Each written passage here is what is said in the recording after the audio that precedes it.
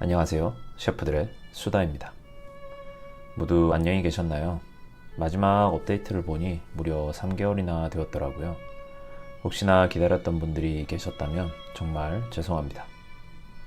제가 일하는 호텔이 기나긴 잠정 휴업을 끝내고 지난 8월 1일을 기점으로 재오픈을 하는 바람에 디파트먼트 헤드급 매니저들은 전부 2개월 전부터 소환이 돼서 재오픈 준비를 해야 했습니다.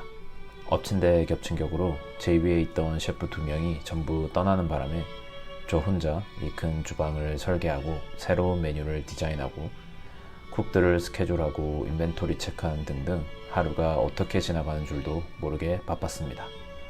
다행히 8월 1일에 정상 오픈을 하고 약 2주 정도가 지났는데 아주 성공적으로 운영 중에 있습니다.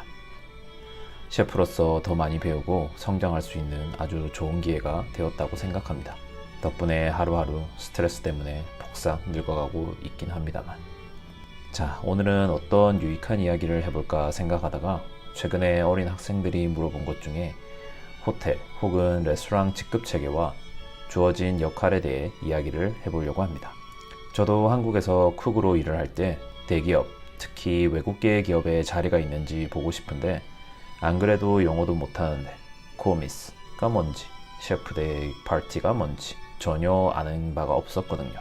아마 지금은 그때보다 신세대 셰프님들도 훨씬 많아지고 대기업들도 주임, 과장 같은 한문으로 된 직급 체계보다 셰프라는 호칭을 많이 쓰니 이런 직급 체계에 대해서 알아두시면 참 좋을 것 같습니다.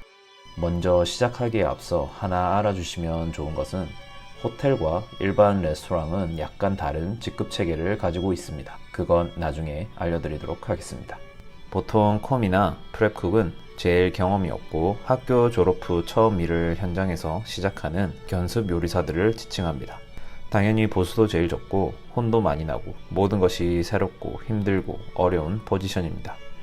하지만 제 요리사 인생을 돌아봐도 이때만큼 요리가 즐겁고 많이 배우고 눈이 초롱초롱했던 적은 없었던 것 같아요. 일도 손에 익지 않아서 많이 다치고 아주 힘들겠지만 여러분들을 혼내는 저 악마 같은 선배들도 또는 우상으로 생각하는 유명한 스타 셰프들도 모두가 이 과정을 거쳐서 훌륭한 셰프가 되었음을 잊지 마시기 바랍니다. 자, 그 다음은 1년에서 2년 정도 콤이나 프랩쿡으로 경험을 쌓은 후 직접 요리를 하는 스테이션에 서게 되는 라인쿡이라는 포지션으로 들어가게 됩니다. 이때부터는 본인 스스로 요리사가 되었다는 자각을 가지고 내가 만든 음식에 책임을 질 줄 알아야 합니다. 정확한 레시피를 숙지하고 항상 청결하게 본인 스테이션을 관리할 줄 알아야 하며 프로 요리사로서의 자부심을 가지셔야 합니다. 일단 라인에 서게 되면 보통 GM, 가드망제라고 불리우는 콜드 에피타이저 스테이션을 거쳐서 핫 에피타이저, 파스타, 피쉬, 그릴 순으로 옮기게 되고 보통은 라인쿡들 중 그릴에서 일하는 사람이 제일 경험이 많은 사람으로 생각하시면 됩니다. 자, 그 다음은 데미 셰프 데 파티, 셰프 데 파티 혹은 주니어 슈셰프, 보통 경력이 3년에서 5년, 라인에서 그릴 파트까지 숙지한 요리사들이 이 타이틀을 달게 되는데요. 풀이하자면 파트장이라고 할 수 있는데 보통 2개에서 3개 정도의 스테이션을 묶어서 그 책임을 지게 되는 역할이라고 할 수 있습니다.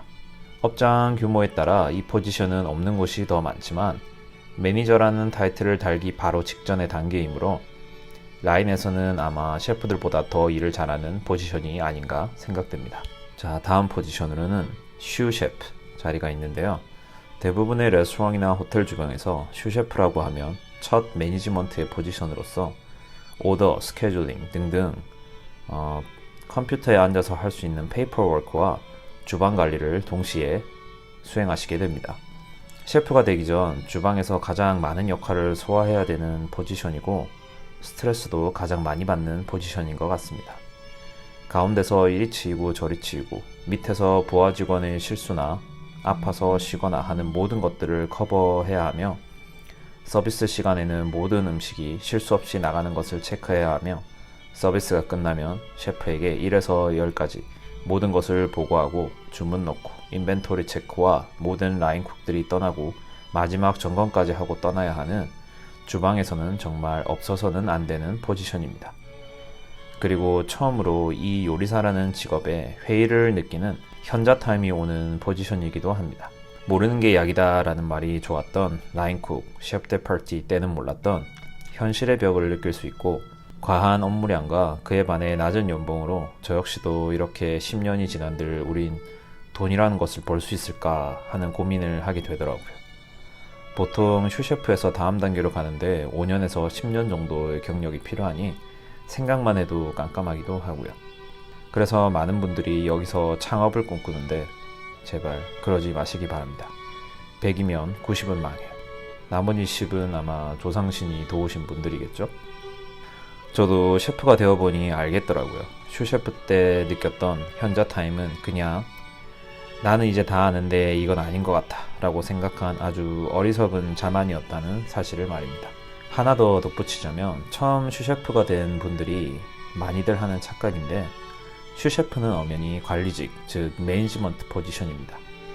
무슨 뜻이냐면 라인에 문제가 생기면 몸소 뛰어들어 해결하기보다는 그런 일이 생기지 않도록 인원을 미리 관리를 하고 대처할 수 있도록 시스템을 만드는 포지션이라는 말입니다.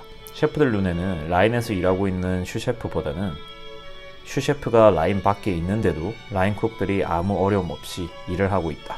그러면 그때 우리 슈셰프가 정말 일을 잘하고 있구나, 다음 단계로 넘어가도 되겠구나 라는 생각을 하게 됩니다. 자, 다음은 셰프 데 키친, 이그제큐티브 슈셰프, 이그제큐티브 셰프. 자, 이 글을 시작하기에 앞서 말씀드린 호텔과 레스토랑의 다른 직급 체계가 여기서 나오는데요. 셰프 데 키친은 번역을 하자면 주방의 장이라는 말입니다.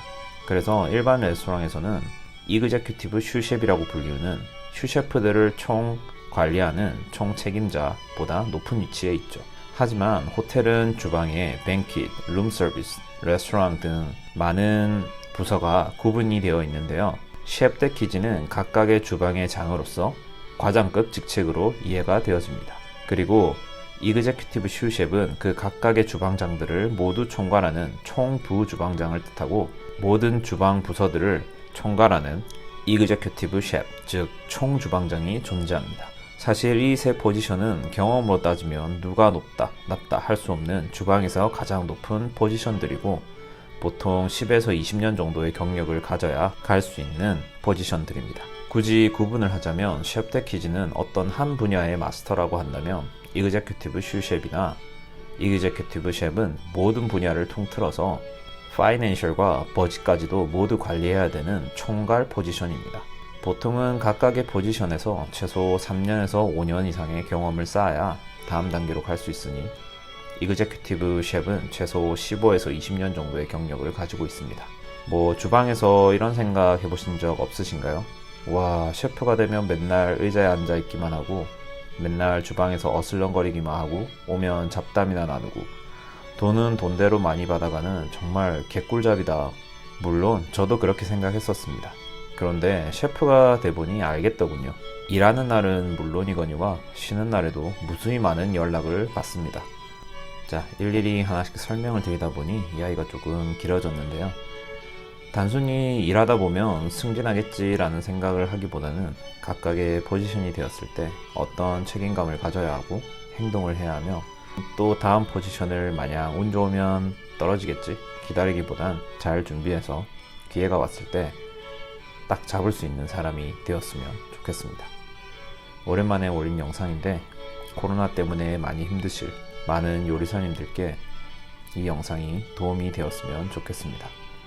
끝으로 구독, 좋아요 눌러주시면 더 유익한 내용으로 보답하겠습니다. 감사합니다.